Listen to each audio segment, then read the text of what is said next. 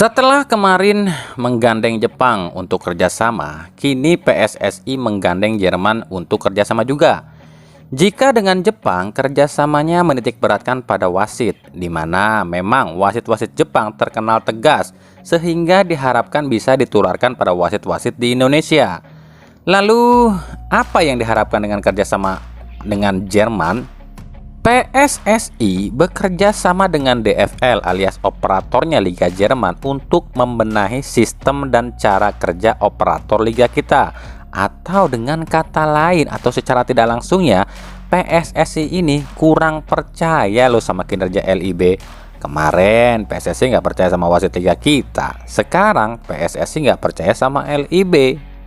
Jadi gini mungkin ya maksudnya ya, PSS ini kan nggak bisa ngatur-ngatur LIB, soalnya LIB ini miliknya klub. Makanya diajaklah DFL Jerman ini ya buat ngajarin LIB gimana caranya jadi operator yang baik. Karena kan selama ini LIB selama jadi operator liga jarang banget tuh prestasinya, yang ada ya kebanyakan kontroversi. Inilah yang PSSI nilai ada yang salah dengan tata kerja LIB. Nah, menurut Erick Thohir yang jadi fokus kerjasama PSSI dan Jerman ini, salah satunya adalah soal supporter.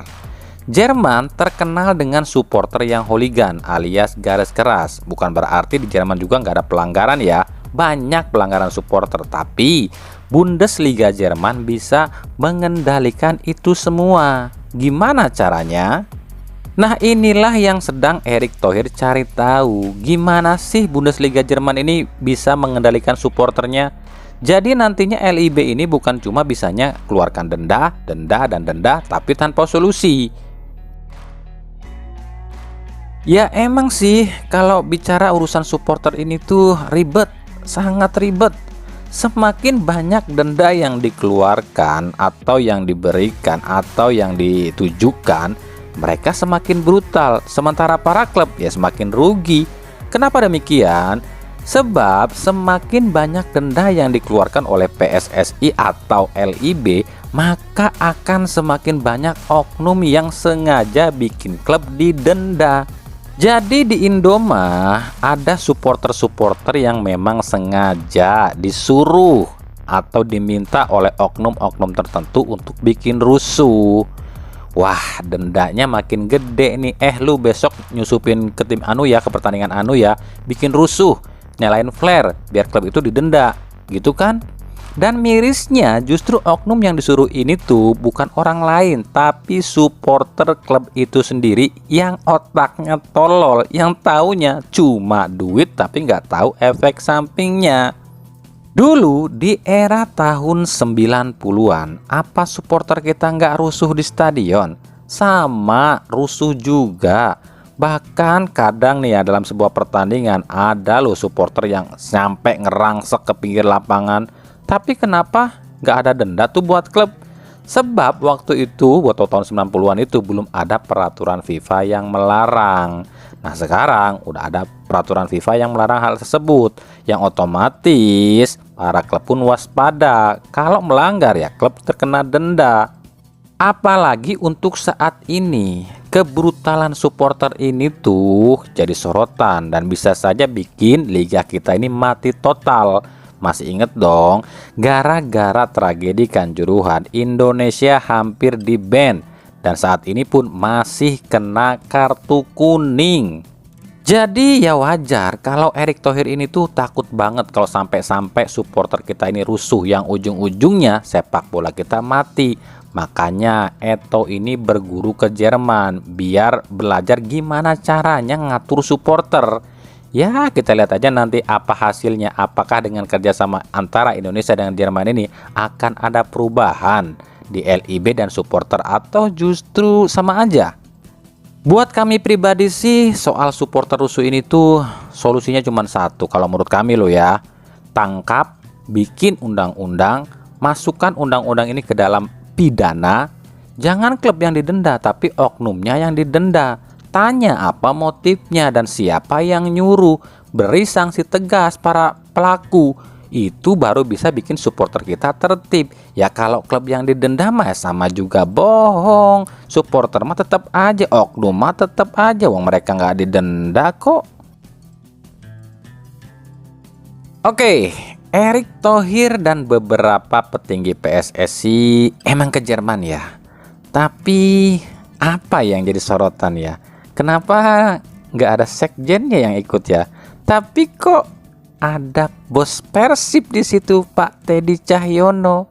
Nah lo, ngapain tuh Pak bos di situ ya? Kok bukannya anggota Esko yang dibawa, tapi malah bos Persib sih yang dibawa? Nah, adanya Teddy Cahyono bersama Eto di Jerman, langsung deh gosip pun bertebaran. Ada yang bilang, siap-siap aja nih Persib dibilang anaknya papa. Ada yang bilang Teddy ini akan jadi direktur LIB yang baru. Ada yang bilang sebenarnya sekjennya itu bukan Yunus Nusi tapi Teddy Cahyono.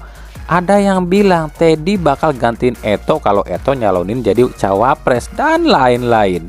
Menurut kalian apa tuh? Ngapain tuh Pak Teddy di situ? Kami pribadi udah coba tanyain langsung ya sama Pak Teddy. Cuma mungkin karena kesibukan makanya belum ada jawaban. Tapi kalau pendapat kami sih, Teddy Cahyono kesana itu kan pasti ada tujuannya. Selain kerjasama dengan Borussia Dortmund, ya kita sama-sama tahu lah. Persib kan akan kerjasama dengan Dortmund nih. Di bulan September ini katanya sih Persib akan lakukan uji coba dengan Dortmund. Ya mungkin ada kerjasama pembicaraan lebih lanjut soal itu. Lalu Persib pun lagi membenahi struktur manajemennya. Persib lagi butuh seorang direktur teknik. Jadi pasti otomatis Persib pun atau Teddy Cahyono pun ingin belajar ya gimana caranya membangun manajemen yang bagus. Ya itu menurut pendapat kami loh ya.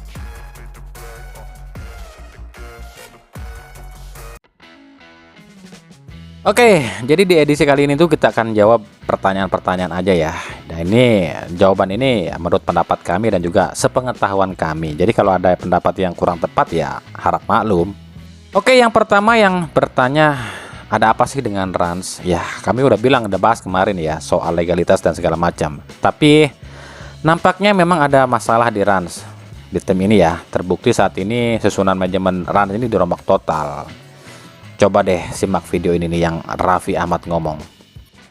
Ini Rans Nusantara FC udah semangat sekarang. Ini tim gua sekarang ada Pak Tigor. Ini di manajernya ada Pak Tigor, ada Pak. Pokoknya Rans Nusantara FC. Gua turun lagi. Jadi presiden klubnya Raffi Ahmad kan. Jadi kita akan lakukan yang terbaik. Semangat semuanya. Dari kata-kata Raffi Ahmad yang bilang, nah Rans Nusantara FC udah semangat lagi sekarang. Ini mengindikasikan ada yang salah kemarin-kemarin itu di Rans. Ya emang kalau kelihatannya sih musim lalu benar-benar kayak tim amatir. Dan emang musim lalu itu dikit banget di Rans yang ngerti bola. Presidennya Raffi Ardian ya bidangnya sebenarnya adalah basket. Lalu COO-nya Darius Sinathrya ya kita tahulah dia seorang artis kan. Nampaknya musim depan Rans ini udah berbenah nih.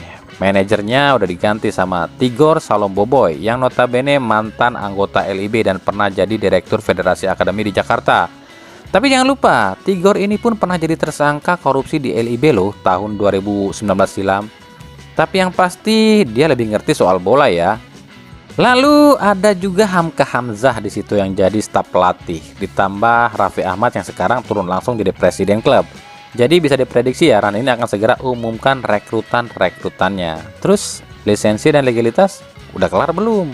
Dan kabar terbaru katanya Rans Nusantara FC ini akan pindah markas, tak akan lagi di Jakarta atau di Bogor, tapi akan bermarkas di Stadion Sultan Agung. Tapi ini baru rencana loh ya.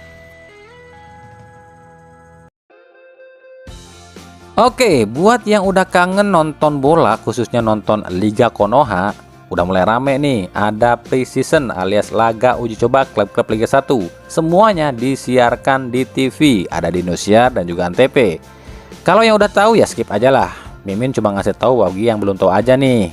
Setelah pertandingan playoff Liga Champions, ada pertandingan antara PSS Sleman kontra Borneo FC di hari Minggu 11 Juni 2023. Jam 3 sore.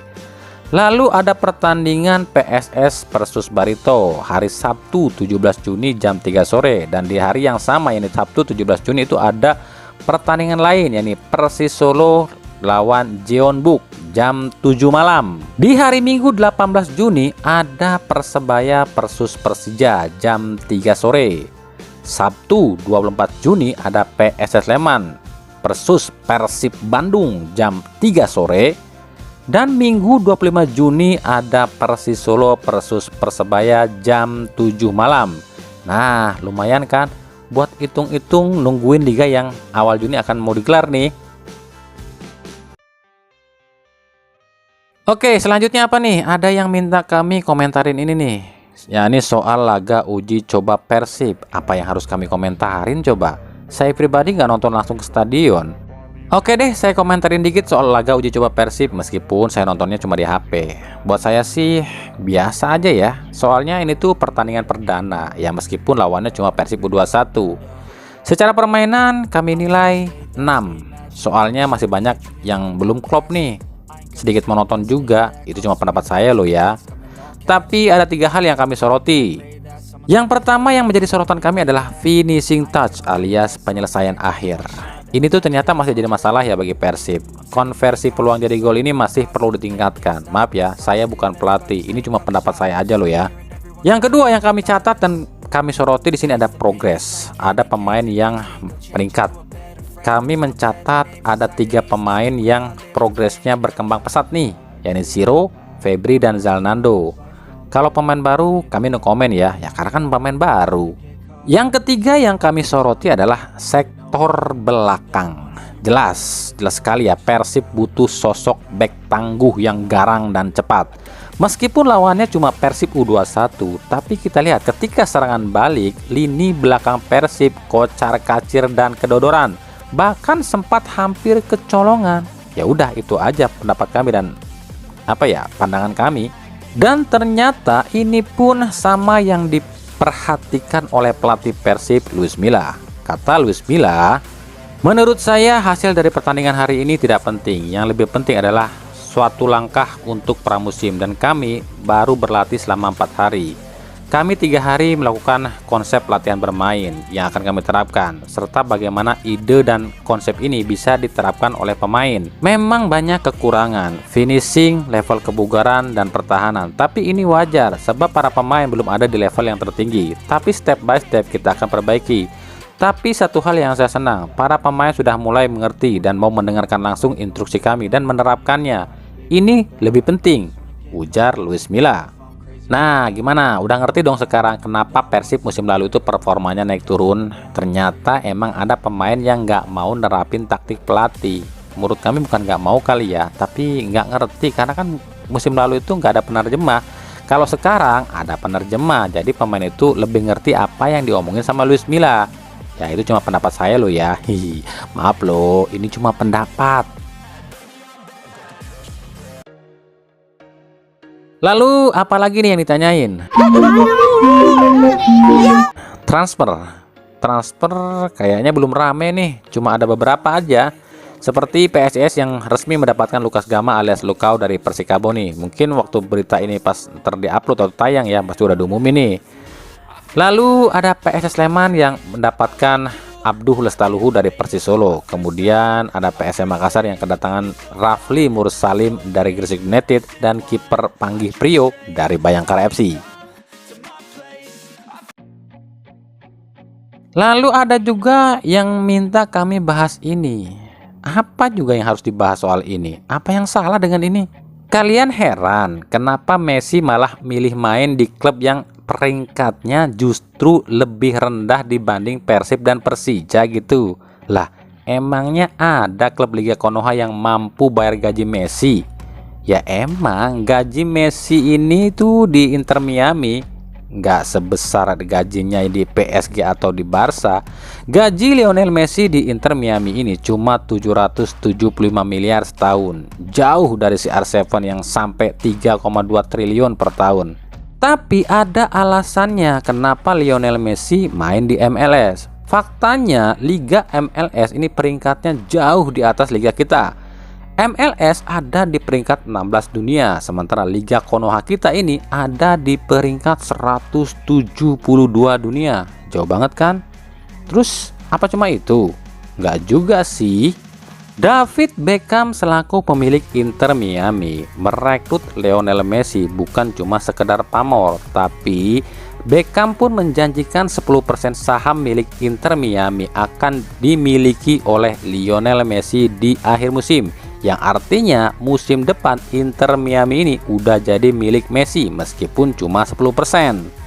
Yang harus dipertanyakan adalah kenapa Liga MLS ini sanggup atau bisa mendatangkan bintang-bintang kelas dunia, dan kenapa MLS ini bisa maju dan terus melesat, padahal MLS ini baru lahir di tahun 1996 alias baru berusia 27 tahun aja, tapi bisa melesat ke urutan 16, bahkan mengalahkan liga-liga top lainnya. Sementara bandingkan dengan negara kita, Liga Konoha kita ini secara resmi disebut semi profesional itu di tahun 1980, ya meskipun baru disebut Liga Profesional itu di tahun 1994. Tapi rakyat kita itu notabene adalah para pencinta dan fanatik bola. Beda dengan Amerika, olahraga utamanya bukan bola, bukan sepak bola, tapi football. Tapi federasi sepak bola Amerika ini pinter. Mereka ini nggak setengah-setengah bikin liga, semuanya disikat.